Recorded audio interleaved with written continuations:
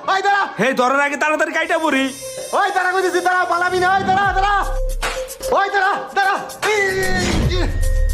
আরে ভাই কি হয়েছে, এমন করে কই যাইতেছেন?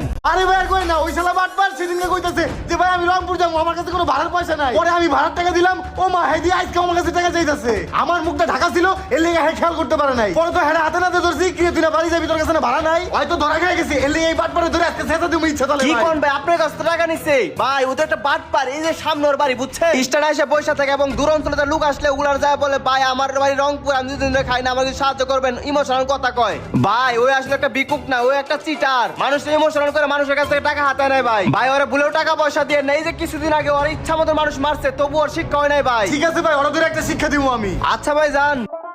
ভাই রংপুর যাবো, কয়টা টাকা দেন, ভাড়া নাই। কিন্তু বাচ্চা আমার টাকা পয়সা না, যা। ওই দাঁড়া, ওই দাঁড়া, ওরে বাবা রে, শালাই তো দেখি আমার পিছন ছাড়া না। ওই দাঁড়া দাঁড়া, কিছু কম না।